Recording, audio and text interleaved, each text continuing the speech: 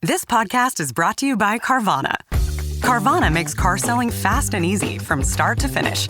Enter your license plate or VIN and get a real offer in seconds, down to the penny. If you accept, Carvana will come pick up your car from your driveway.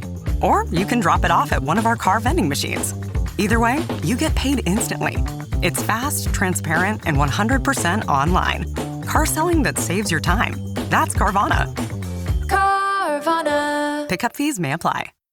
You don't technically need this car. You say that out loud to yourself. You say, I have no space. You say, I'm just looking. Then you click. Then you zoom in on photo number 87 and whisper, oh no. Then you text a friend, the one who always enables you. You say to yourself, this is the last one, knowing it is not. You don't need this car. But maybe, just maybe, this car needs you. Bring a trailer. It's never just a car.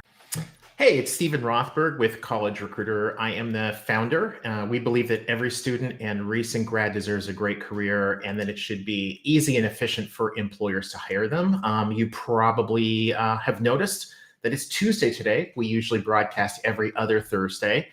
For those of our viewers who are in the U.S., you'll know that this Thursday is American Thanksgiving.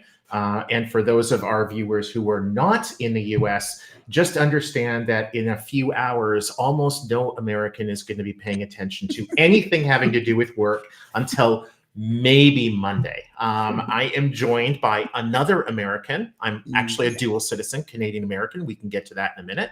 But Jeanette, want to introduce yourself? Hello, I am Jeanette Leeds, an American, or as I like to say, a Jersey girl living in New York, getting ready for Thanksgiving. And I am Managing Director, Executive Vice President at AMS. AMS is an RPO, and I, among other things, and I focus on our hourly and high volume solution, mostly in America. And so thrilled to be here today with Stephane, who is not American, but we're still having him on the show. We like him anyway. We are all about global. So why don't you go ahead and introduce yourself? Well, it's great to be here. Thank you for having me on my show. I'm Stephane Rivard. I'm a Canadian Quebecer, and I'm the CEO and co-founder of HiringBranch.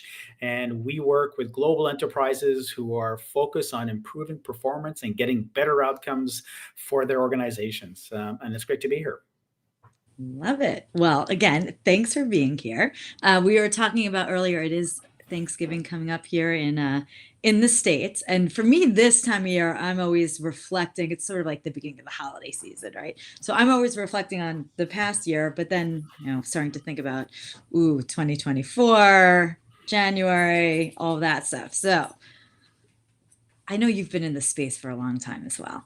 So I would love to hear your thoughts on, what do you think this landscape looks like in the next year to 2 years, but in this volume hiring and interview space and all of that? Well, yeah, that's a great question. And it's something that we reflect upon a lot, but we really think in our company that the future is recruiterless recruiting. And what that means is that really focusing on outcomes for employees. And when we say recruiterless, I mean, there's still a key role for the recruiter, but I think all these AI technologies are really much better at doing these initial screens, looking for the skills. And when we talk about skills, we're talking about soft skills. We're talking about the skills that are really driving performance in organizations. And the role of the recruiter really comes up further along the chain. So it's impossible when you're getting 1,000, 5,000. We have customers that get 1 million applicants a year. How can a recruiter actually find out those diamonds in the rough, which sometimes are not what you think in a CV? So we really think that the future is recruiterless. So the no interviewing aspect is what I thought would be really fun to talk about. I know that at some trade shows, I heard you talking with Shelley Billinghurst and Serge Boudreau from the Recruitment Flex. Yeah. And if I remember correctly, you were at a trade show and you had, was it like F***CK interviews? Our listeners can fill that in as they wish. And So walk us through what a no interview, like what HiringBranch helps employers do. What does a no interview hiring process look like? Yeah. So, first of all, I have to say that we didn't coin it, our customers did. So we went out to create a platform that really gave candidates a better feel for the job. So when we're talking about the job, they're actually doing tasks, and really the most important task for customer facing roles. So we're talking about sales roles in any industry, sales roles, customer service role, healthcare roles, anyone that has to deal with your customers. And the most important skill is those soft skills. So what we do is we put those candidates in a scenario where they actually have to talk to customers and answer customer questions, both spoken and written. And this is very challenging compared to an interview. And really the important thing is that you're testing those skills in context. So, and that really gives the candidate great experience, understanding what the expectations are. And the other thing is that you're actually testing in a very, very granular fashion those specific skills. And we know from all our research that we've been doing throughout the years that writing a pop song and it needs to be 128 beats per minute, selling is the same thing. There's a formula. And this is what the data we can give back to our customers. So that's what it looks like. It's really focusing on those specific skills in a standardized, unbiased way.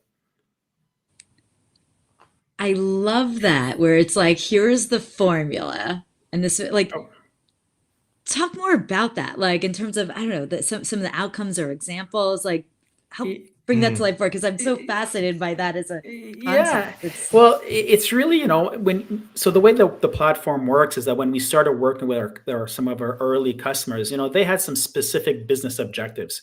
So you can imagine any organization out there has very specific objectives and they want to impact the bottom line. So when a customer tells us, we need to reduce attrition because I know that when we have attrition, our CSAT scores go down, or they come to us, we want to find candidates who can sell better. Again, so these are hard metrics. So we correlate to their high-performing employees that fall within those, and using an AI framework that analyzes thousands of data points that can then be injected into an assessment that mimics that same kind of work. So it's like a cloning machine, then you run it through the general population or anybody that applies through your LinkedIn or any job board that you have, and you're picking out those candidates with those skills. So imagine for the recruiter, all of a sudden, that these employees that the platform has isolated, that identified, have those skills. So therefore, when you come to interviewing them, it's a lot easier. The interview is no longer trying to figure out if they can do the job. The interview is about cultural fit. The interview is about can they really fit into our organization? And it's much, much more productive, higher value for the recruiters. So walk me through, if you will, sort of specifically the flow, right? So candidate sees the job posting ad on whether it's LinkedIn, Indeed, College Recruiter, any job board, maybe ATS, wherever.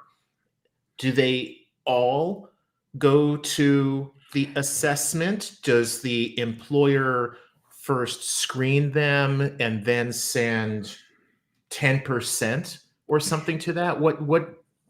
How do your clients set up the flow? Yeah, so I think in the future of recruiting, when we're looking in the 12 to 24 months, the first step will always be the assessment. And some of our customers do that. Other ones don't. They do as a second step. So they may have a CV parsing tool. But the ones that get the best outcomes are the ones that they use it as a first step. And interestingly enough, people are very concerned about, people not showing up for the job or not applying. And the customers have deployed this kind of approach, have more candidates than they had in a traditional fashion, which is quite fascinating. And it's supported by the...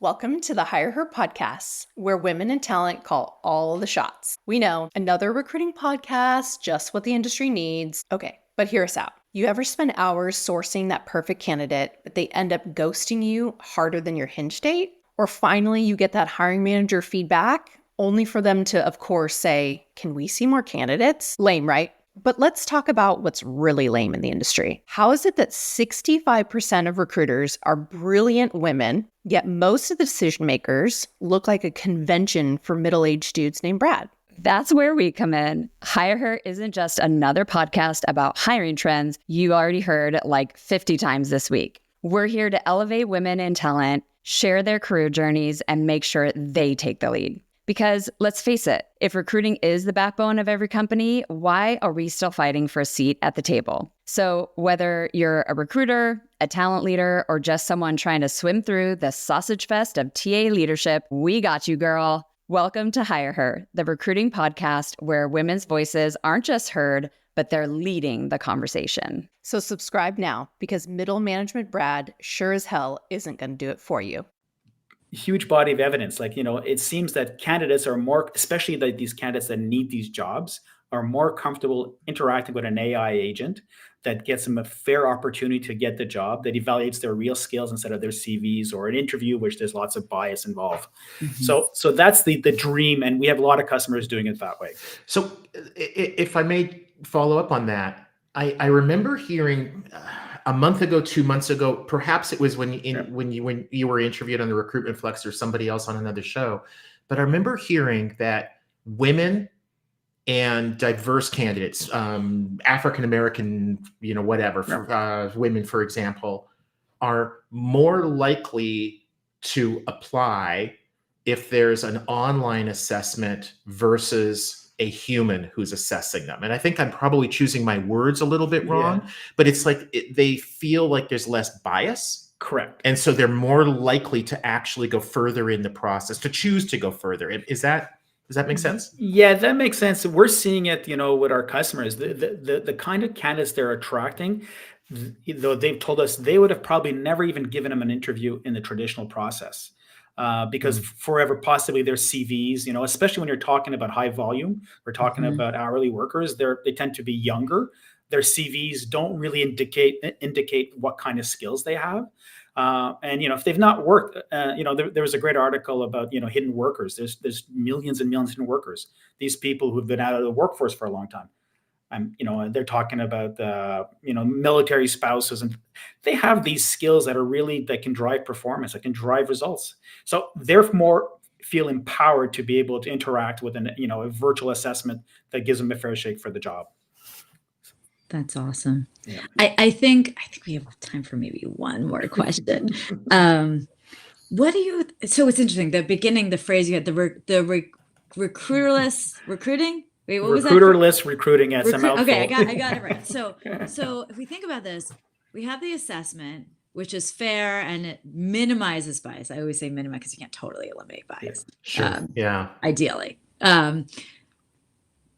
Do you have customers where they go like straight to that offer? Like where, because there is that place for that human element, right? Where, if it's just, I've seen where if it's just all tech and no human, no person, no recruiter, then there tends to be more ghosting for first day or what. So it's almost like if there's a conversation where it's the sell conversation, like, hey, you got the job, right? It makes them feel good. Like, what are you seeing there in your customer base? And do you have them going straight to assessment, no interview, offer, like job offer, just with a human or just, hey, you got the job, great. Yeah, we have a mix, one of them that comes to mind, they're a sales organization. They will get people do the assessment if they meet their very, very specific metrics they're looking for. And once they pass in their top quartile, they'll extend them an offer. And the offer will be done through an email. Congratulations. Then they'll hire them, offer a job offer. They use our platform to train for a week. And after that point, once the training is done and they pass the training, there'll be an operational interview. So that will be the first time that they'll actually speak to that candidate. And amazingly enough, this is the one that their sales are closing increased by 10% with, evolution of our AI. Now they're even finding top performers that they were never able to do in a manual process. So, and they're the ones who coined the no interview model. Like they're the ones who says, why are we doing this? We're getting better candidates. So so the first time they'll talk to a human is at the end, but we have a variety. Some of them do, have a job fit at the beginning. It depends. But the core of what we do is replacing that core interview to evaluate skills, which is really, we feel, misplaced or misuse of resources for the recruiter. Awesome. Well, I love the idea of putting the assessment before the application. We've done some of that. We haven't done it consistently, but I remember a few years ago we did that when we were hiring a software engineer, and the ones that we thought just on paper that were going to be the best ended up assessing the worst. And we ended up hiring somebody who we never would have interviewed, and he was fantastic. And so it really helped to surface candidates that what's on their CV or their resume you just didn't see. Jeanette, any closing words before you go and throw the turkey in the oven? And before I start my Thanksgiving holiday. I hope you aren't putting the turkey in the oven quite yet, but no, soon. I'm not. I'm actually not. My parents are bringing the turkey. Nice. I'll just. Nice. I'll be over at nice. 3 o'clock on Thursday. Exactly. 2 o'clock. Apps first. Okay. I love this is, this to me is so much the future, right? It's about skills and focusing on facts and skills and not this soft, nebulous, like, oh, they may be good. Like this is where the world is going. So this has been fantastic and so appreciative of you being on our show today. Well, thank you very much for the opportunity. And we'd like to wish all our American friends and cousins happy Thanksgiving. Listen, love it. Happy Thanksgiving, everyone. Cheers.